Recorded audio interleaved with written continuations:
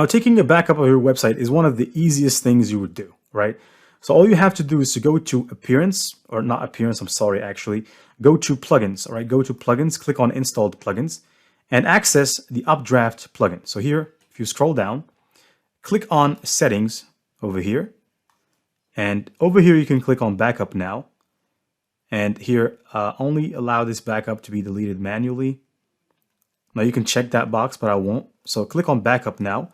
And right now, a backup is going to be taken of your website. So it's going to take a little bit of time.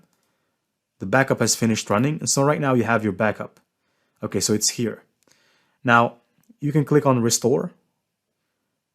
And over here is if you, for example, log into your website and find that your website is not as it looked yesterday, when you click on that Restore button, you can just continue clicking on these steps and your website will be restored back to normal. I'll just click on Cancel.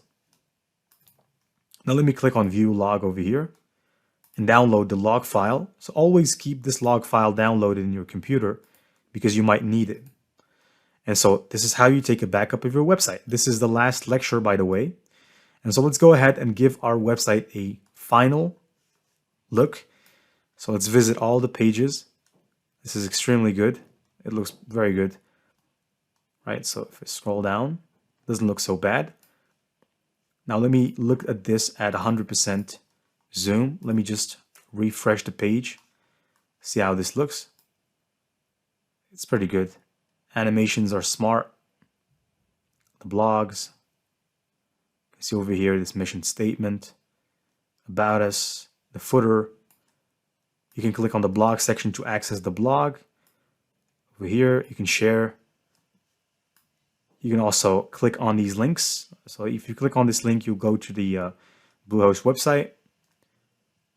If you click on a blog and go inside, you can see inside of a blog, you can basically subscribe if you want. You can click on a link. There are links in there, advertisements, and that's pretty good. I think it's a pretty good website. Related posts. You can leave a comment about us. Let's go to the About Us page.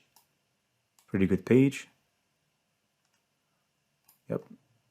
And finally, the Contact Us page. And that's it. So this is a final overview. I hope you enjoyed the course. And please let me know what you want me to create a course about next. I'd be happy to help around. Thank you very much. Please leave me your honest feedback because I really want to know what we missed on so that we can create better content in the future. We're all about serving you. And let's get this thing going. Thank you very much.